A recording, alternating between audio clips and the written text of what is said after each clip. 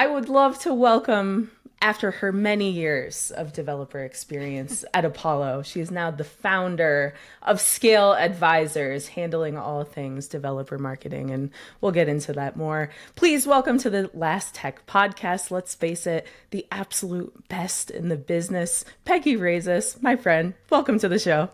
Oh, thank you so much for having me. I've been looking forward to this for weeks because I feel like this is going to be super fun, and I can't wait to get into all things developer marketing with you. Let's do it. So I wanted to start on a nostalgic note. I've brought my React Conf water bottle, which is the first place that I ever met you. It is an artifact. You still have it. I do. It is an artifact of our friendship. I met you at React Conf 2017. I think you worked at Major League Soccer at the time, I think, way back in the day. Yeah, I worked in Major League Soccer. I had spoken at like meetups and stuff before, but this was like my first like big conference talk, and I did a lightning talk on React Native and universal components and charting libraries. It was really fun. But like the memorable thing about that talk, which is like crazy for it to like happen to your first one, the tech just bombed, and I literally had to like leave the stage so they could fix it. Beautiful.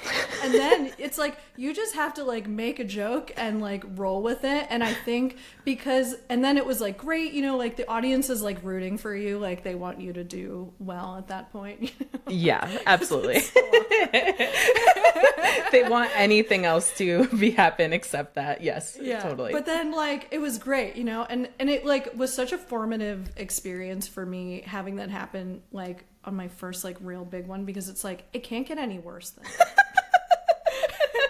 This is the bottom of hell, and I live there. Yeah. I went there, I came out, I made a joke, people laughed, like, we all survived. Like it was good, but like it gave me confidence, I think, in my future talks to come that were longer, maybe larger audiences, like whatever, because it's like, if you can get through that, you can get through anything.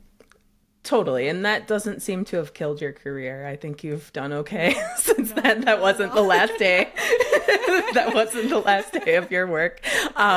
From there, you went on to every single role in developer experience you could think of at Apollo. And yeah, I feel like you started with this really solid tech background, obviously working as an engineer, but you also have this like great intuition and sixth sense about marketing and what messages actually resonate with people versus what developers write in a weird hovel about what they want to say. You really have a way of handling that messaging. So did you work in marketing roles before your work with Apollo as a software engineer? Kind of, sort of. So before I even got into tech, I was working at Macy's doing like buying and planning. A lot of it was like kind of programming spreadsheets, but a lot of it was like campaigns and ads and like how do you show these clothes. Or I was in bedding. I was also in lingerie. Yeah. Like how do you show them in an appealing way? And I guess in some way that's sort of marketing, right? Like figure out what's kind of trending, what's going to resonate with a specific audience, look at the data, see kind of like what's selling, what's not, and then kind of either buy more of that item or mark it down or whatever. So like I feel like it's kind of been in my blood a little bit, but like obviously marketing to developers is like very, very different, as you know. And I think like my experience as an engineer and adopting software myself and being part of a team and seeing how software is adopted on teams and at large companies, I think gave me a really great perspective into it. I also just kind of like fell into developer marketing, right? Like when I was hired at Apollo, I was hired as a open source engineer. Like I was working on client tooling at the time and kind of building like little libraries and integrations based on user feedback, whether that was like simplifying setup with Apollo Boost or like building a persisted cache because that was something that people needed for offline support, or like local state management, right? And it's kind of like developers want you to solve their problems. And so I think the best developer marketing is actually not like marketing in the traditional sense. It's like understanding what they're struggling with and educating them and teaching them something. Because if you can do that, if you can help them learn and help them have fun doing it, which I know, you know, like from your work at Moon Highway, like they'll love you forever, right? Like you can build that trust and build a great brand. So yeah, that's kind of how I fell into it, I guess. I love that. And I think that you just said Apollo Boost, which are two words I haven't heard together in so long, but that really did solve a problem, which was like, how on earth do you really get started with this stuff? And how do you, yeah, that made things so much easier for me as a teacher and for tons of countless developers as they were getting started. So thank you for that. That reminded me of that. You had the conference talk with like the tattoo, and because there were literally like 5 packages. You needed like GraphQL, you needed Apollo client, you needed like the links, you needed like the cache, you needed like all of the things, right? And it was like, for somebody just getting started, they don't even know like what GraphQL is, like how to write a schema, how to write a resolver, like how do I integrate this into my React app, and you're still learning that. Just installing all of those packages and setting up the link chain, it takes time. And you had the great like move with the tattoo of all I still have packages. that. Just kidding. We should bring it back. That lasted for exactly one day and was, covered in foil on my arm.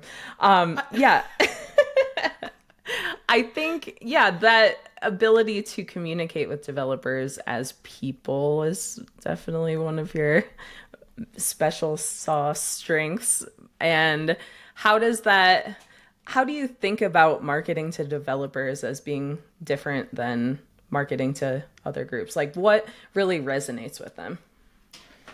Yeah, I think it's helping them solve their problems at the end of the day is like the most important thing, and really like understanding what they're struggling with.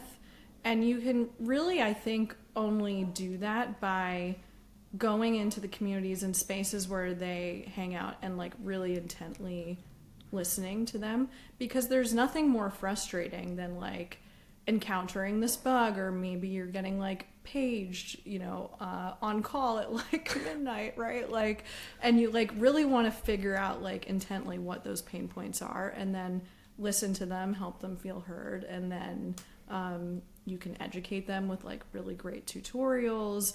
You can provide spaces for them to gather, whether that's like through online communities like Discord or at in-person events. Sometimes even just like, and I recommend this to my clients, like in the early days, like who maybe don't have the budget to put on like a big GraphQL summit, right?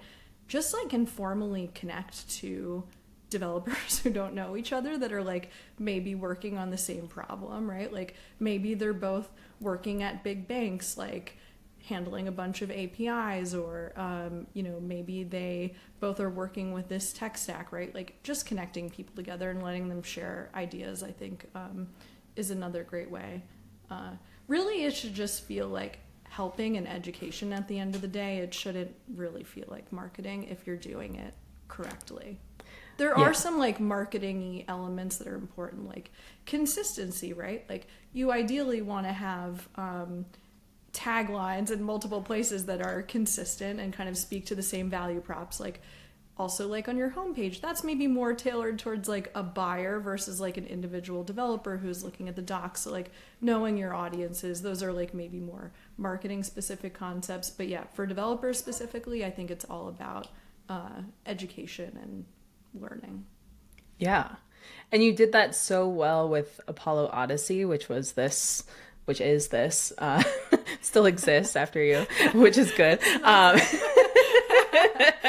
Which is a video tutorial series that there's a bunch of different audiences for that as well. But I think the way that you thought about developer education and made it look really good too, with the help of videographers and artists and all those awesome people, was really important. So how did that all come to be, the Odyssey educational part of rolling out these open source tools? Yeah, so Odyssey came out of, we had this like multi-part tutorial called the Full Stack Tutorial, and it was hosted on the Apollo Docs like for a while. I worked on one of the first versions of it like back in the day. It was like one of the first things that I did, and it was like super popular. But like as more, enterprises and larger teams were adopting Apollo and GraphQL, they like needed to go a bit deeper, and especially if you have like hundreds of developers on a team, right? Ideally you want to check that like all of them kind of understand GraphQL in the same way and are learning through the same resources. You want things like certifications, right? You want to be able to like check people's progress. And so I think that's kind of where the vision of Odyssey came from, is like, how do we create this really great learning platform so that everybody who uses Apollo and GraphQL has this like amazing, really high quality resource to go to. And at the time, nothing really like fit our needs as like an off the shelf platform that we could use. One of the things we really wanted to include was like code challenges, because I think and like, you know this from teaching workshops, right? Like developers learn by doing and like actually like building something themselves, right? So we wanted some sort of like interactive element to it. And so, yeah, I think that was like the overall vision. Raf, the director of education at Apollo, came from Algolia, where they had a really successful education program there. And so we brought him in and quickly like spun up the first version of Odyssey, and it became this like huge success. Our customers were loving it. Like it was really helping a lot of people, like thousands of people, like in the first year. And so that was something that we wanted to invest more in. We added more courses. We built out like the code challenges feature. Now it supports multiple languages. Like you can do the courses in JavaScript, TypeScript, Java, or .NET, which is incredible. Like we added videos to it, right? So it just kind of kept growing. And what's really cool is because we built it all in-house, it's all connected to your Apollo login. So, you know, if you have like a large team of hundreds of people learning this stuff, you can see who's taken the courses, how far along they are, if they've gotten certified, and everything saves your progress and is just like connected to your Apollo account. So it's a really delightful feedback loop and experience between the product and the education platform. So yeah, it's kind of like, it's almost like a feature of the product itself, right? Like really providing a high quality space where anybody learning GraphQL can go and enjoy it. Yeah, and I think that's so smart, because a thing I hear people say a lot is, can't I just read the docs? Can't I just read the docs? Can't I just read the docs? And like, maybe, yeah. However, if you're looking to actually roll out a thing or get adoption across a whole team, there's more learning that needs to happen. So great docs in concert with great code challenges and video and just kind of maintaining that certification angle as well, which is like, how do we make sure that people are actually doing this, so that when we have a meeting about a schema, they know what we're talking about, versus just kind of like hoping for the best and hoping people read. I think that's super important. So yeah, and it's also like writing good docs is really hard. Like, especially like with a tutorial, right? You're more like building a project. You're kind of like taking the concepts you learned in the docs and like applying them. And that's very different than writing like reference documentation or kind of like explaining some common like jobs to be done, right? That's really like the role of the learning platform, is to put all of those concepts and pieces together for you in like one cohesive journey that it's sometimes really hard to accomplish through the docs, especially with something like Apollo, where there's like a front-end component, a back-end component, like a platform engineering component, right? There's so many different things. And with the learning platform, we're able to kind of like tailor those projects like to a persona versus like docs, which is more reference. I don't know if I explained that well, but it's kind of, I don't know. Docs are hard. Docs are hard. And I think kind of more intended for that searchability, kind of like, how do I do this versus hands-on, which is really critical for people actually knowing how to do the thing. So not to say one is better than the other. They're really great together, but I think you did that really well. And you did docs really well too. Like, those are constantly sharing the right information as all that stuff is updated. And I think how that must have been challenging. I don't know if this is a question, but I'll keep talking, I guess. It must have been challenging to, as you reference, like the front end engineer, the back end engineer, the platform people, building a server, all these different layers. And unlike a technology that is really specific to one area of that stack, GraphQL is hard because it's like so many different people have to be bought into that. So how did you build such a killer community with so many different types of people? Yeah, I think it... I got to a question there at the end. Yeah, you did. Are you impressed? I'm very impressed. Yeah, because originally I was like, are we going to talk about docs more? And now you're talking about community building. I'm like, yes, this. You don't know where we're going. There's no train of thought in 2 minutes of rambling. Keep going. Just winds. I love it. You've talked to me before. You know how it goes. I will share what we did in the early days, and that's kind of almost different than what happens in the later stages. So like in the early days, I would actually recommend not focusing on like 3 different personas, right? Like when you're like, seed stage, Series A stage startup, you need to really like focus. And so what I recommend is like focus on one group of developers, like a very specific group of developers that shares this like really painful, frustrating experience, and then go into that community and genuinely just like start being helpful. So for us, like back in the early days, React state management, as you know, was a total pain, right? Like you had a bunch of like custom Redux code that you had to write, or there were a lot of different other state management libraries. Even just choosing between them was difficult. Writing like BFFs to like combine all of these REST APIs together, like it was a real pain point, and it was one that I experienced even before Apollo, like working at Major League Soccer. And so GraphQL actually like solves a lot of those pain points for you, especially in like large applications when you have a ton of different APIs, a ton of different clients, right? You can kind of write that logic once and reuse it across clients, and then using a library like Apollo Client gives you a normalized cache and optimistic updates and like all of the features we know and love, right? So we just kind of went into the React community and started just genuinely being helpful. Here's how you should think about state management. Here's how you should architect your React app. It wasn't necessarily about Apollo or GraphQL, right? It was about how do you genuinely solve their pain points. And so that's what we did. We kind of said, hey, if this is frustrating you, you should take a look at this. This actually could be a solution if you have a bunch of APIs and a lot of different clients and different backend stacks, right?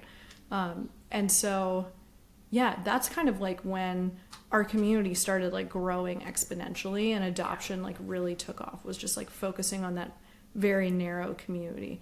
Then kind of like fast forward a couple years later, and you had more companies like investing in GraphQL and doing this in production. Like then you started to see the backend folks get involved, and then it's like, okay, a lot of them, probably tried GraphQL in the early days, and they're like, what is this? Like, I already built this REST API.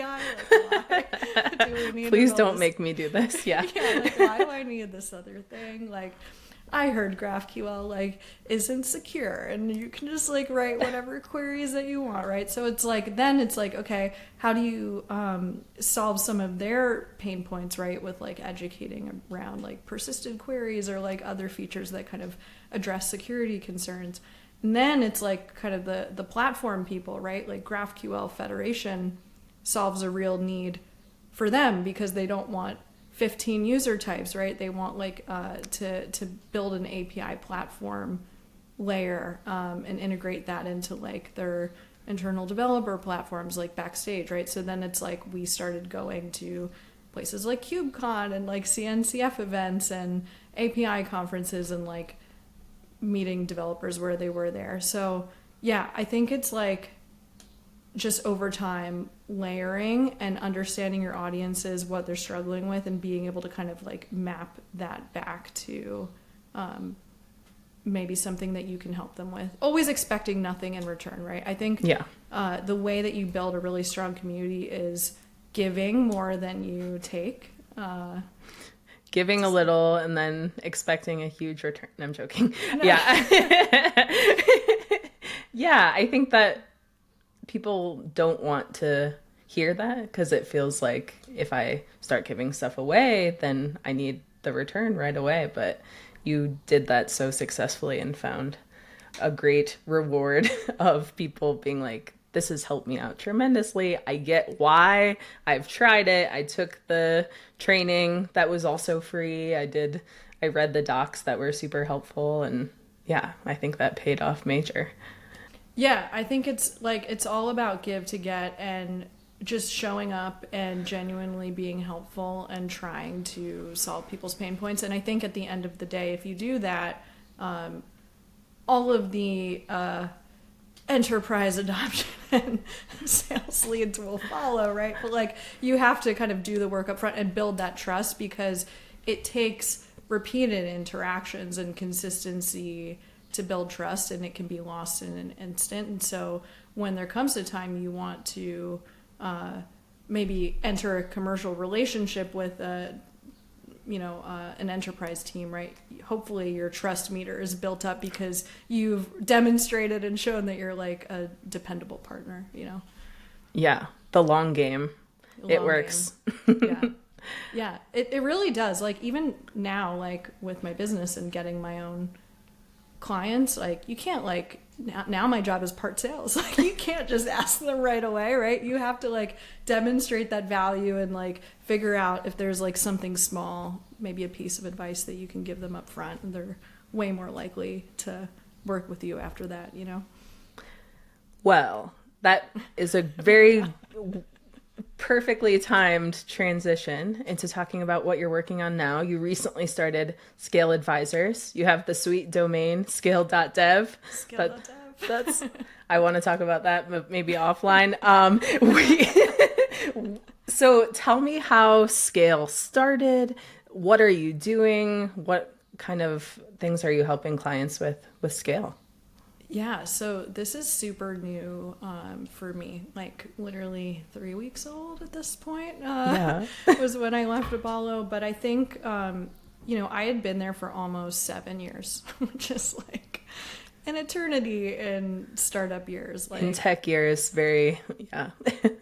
I wonder what the calculation is. Like, you know how like they have like dog years, like one human year is like 7 dog years, like totally. One startup year is like 4 regular years. I think that's like 50 years that you put in at Apollo. Yeah.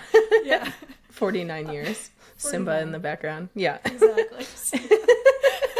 Peggy's dog, sorry. I think I heard him woofing earlier. I don't know if that's going to be like cut out of the recording or what. Nope, definitely not. No, I love it. His guest appearance. Absolutely. Checks in the mail.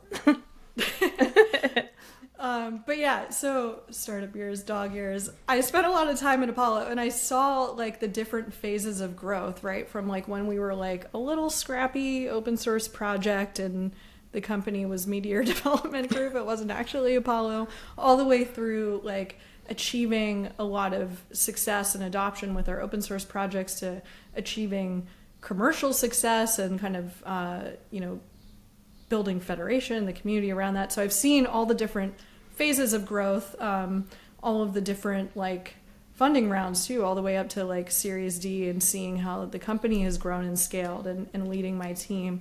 And along the way, I get a lot of like inbound from people wondering about DevRel or developer education, like, you know, founders like asking me for advice or how to think about certain things based on my experience at Apollo.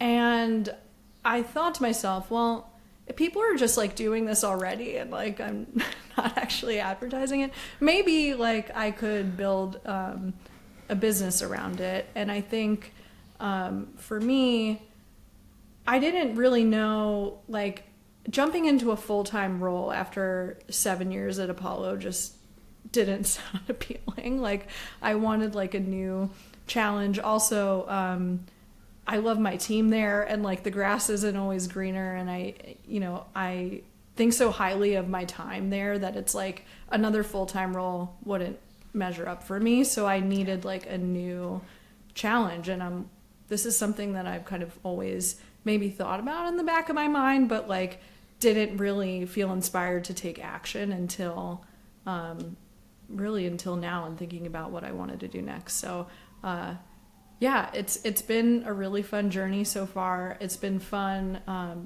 diving into different types of problems, working with like early stage companies that are, you know, back in the scrappy days again, which is really fun. Like, I love leading a team, but I also sometimes love diving in and getting my hands dirty. So that's been really cool.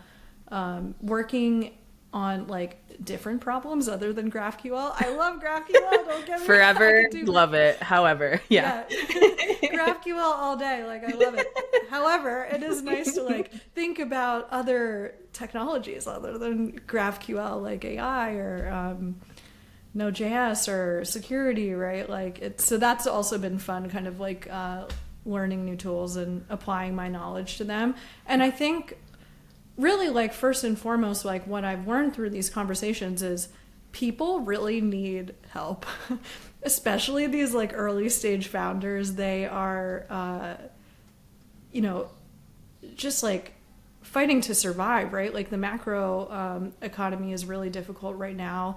Yeah. They're having to still grow and achieve like product market fit, and they have all these things like working against them, right? So if I can help take this developer marketing piece off their plate and help other tools achieve the same success at Apollo that we've had at Apollo, because I've seen the movie before, I know what worked really well, I know what I wouldn't do again and the mistakes that I've made, and if I can help other founders figure that out, I think I'll hopefully do something positive for the world. I don't know. You definitely will. And I think that having knowledge of every little step along that journey and what works and what doesn't is so useful to people.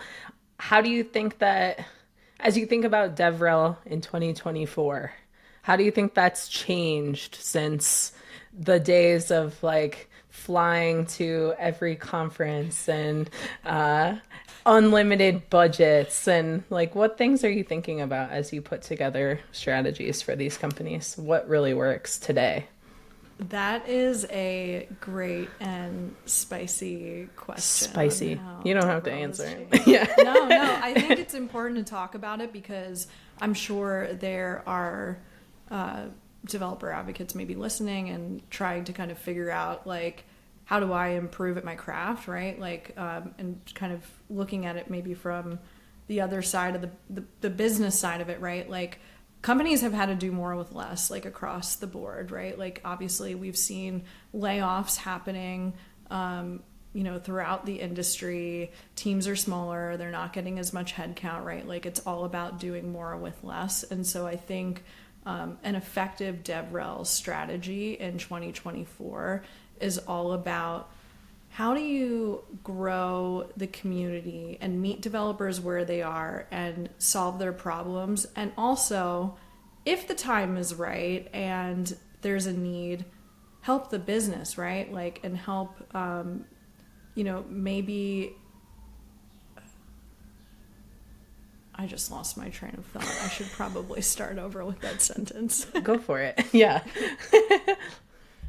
So I think the way to think about DevRel in 2024 is kind of to take one step back and look at how DevRel can actually help the business.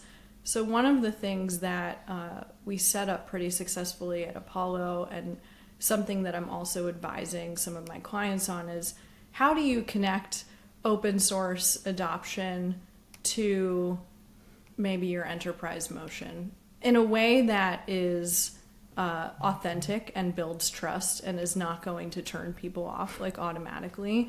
And so one of the things that's really important is kind of just like measuring developer intent signals is kind of what they call it. So like, what are people talking about in your community channels? Like, what are they, how are they interacting with you on like GitHub or Discord or YouTube or LinkedIn, right? Like, what companies do they work at, right? Are you starting to kind of see trends like maybe multiple developers on the same team or like starting to interact, or maybe like in the case of Apollo, they're asking questions about Federation and GitHub or on our forums, right? Like all of those are really useful inputs for the sales and marketing side of the business. And even though those people might not be buyers, right? Like the sales team can use that information to go out and find the buyer and say, hey, like a couple of developers are evaluating this, like we could help you think about this, like taking a more consultative approach.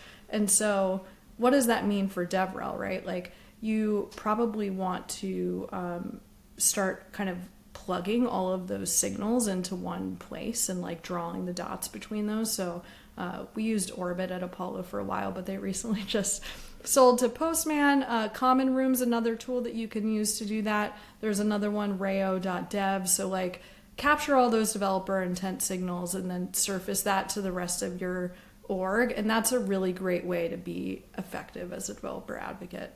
So I think setting up that is super important.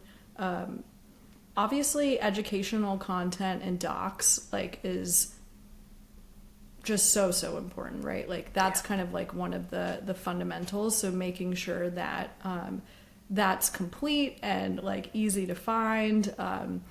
Also like allowing developers to get help through your docs. Like we have buttons to join the community through those. We also have a sign up button for our product on the docs. That was like when we first implemented it, like back in the day, that was like 20% of our signups. It's not anymore, but little things like that can make a big difference, right? So I would say effective DevRel in 2024 is about growing the community and helping the community, but it's also kind of like an internal DevRel. How do you help the business in the process?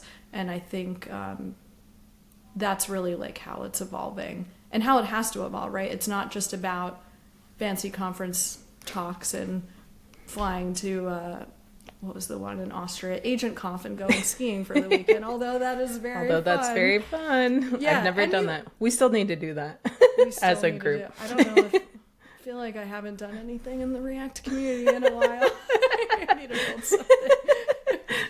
something. Just let us come. It'll be fun. Yeah. But yeah, it's like, I don't know, like DevRel has just such a keen understanding of what developers are struggling with and what they need help on and how to drive adoption. And I think the more that you can get those developer intent signals back to the sales team, get that product feedback back to the product team, and have like really focus kind of on helping the rest of the org see what DevRel sees and what is so obvious to us sometimes, but it's not to everyone else. I think that's like super key, super important. Yeah. I think you're just extraordinarily good at that, about communicating externally with people, but also bringing back that information so that people who are building the thing and might be a little detached from the actual uses of their product can really start to understand that as well. So good job. That's not a question. That's just passing that along to you. Is there anything that you want to plug or share, exciting tech things? Or, of course, we'll link to scale.dev. Yeah, scale.dev is one I have been using for myself and also some of my clients, recommending WriteSonic for SEO pillar pages. If Nice. you I think like AI writing tools are interesting, right? Like some of them just output absolute garbage. It's sometimes like hard to write the prompt to get the exact output that you want. I have enjoyed using it to just like do some keyword research, then create an outline based on the top ranking pages, and then it does give you an article. I would say you don't want to post that verbatim. Like you should print have it. somebody technical do a pass on it and like infuse it with your own experience and knowledge and code samples and like make it richer. But I think in terms of like doing keyword research, writing an outline and not starting from a blank page, it's amazing for that. So anybody looking to write more content, Write Sonic is huge. One that I've been looking to try is Super Maven. It's an AI coding assistant with like a super large context window, so you can use it on large code bases. I have not tried it yet. It's like top on my list of things I want to explore next. So amazing. I'm looking at that on a second screen. I haven't used that either. That's really cool. Nice. Yeah. I don't know if it's good or not. It could be terrible. Well, we'll all try it out and report back. That's amazing. Well, okay, finally. You just have to sit through this. Let it wash over you. I'll make you uncomfortable and just say that I want to thank you publicly for many, many years of being my friend and just advocating for my company. Like, we got the book deal to work on the GraphQL book, and then Peggy was like, how do I help you? I can do all sorts of stuff and make sure that you get it reviewed by all these people. And then that just has been ongoing for years and years. So Peggy's the real deal and actually helpful and just one of the best people out there. So thank you for everything over the years, Peggy. I think you're amazing, and I can't wait to see the scale at which you operate over time. I didn't even have that written down. Amazing. But yeah, I'm super happy for you as you embark on this new chapter. And if the first 3 weeks is any indicator, I think you're going to do okay. Anyway. Well, I wanted to return the shout out back at you. I feel like your book, Learning GraphQL, and all of the collaborations that we've done together over the years, both at Apollo and I think like what's to come with like my, clients and future clients, like you really just have such a keen understanding for developer education, helping people learn, and also making sure they have fun while they do it and they're laughing and they're feeling comfortable and welcome. Like that is such a big thing for developer education, and you and everyone at Moon Highway just really exemplifies that. So I wanted to thank you as well, because we wouldn't have been able to do it without you, and I am just so grateful for your friendship over the years.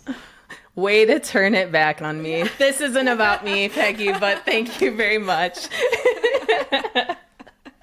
All right. On that note, thank you, my friend Peggy, for being part of this show. Thank you for listening to the Last Tech podcast. We will see you next time. Thank you. Bye. The Last Tech podcast.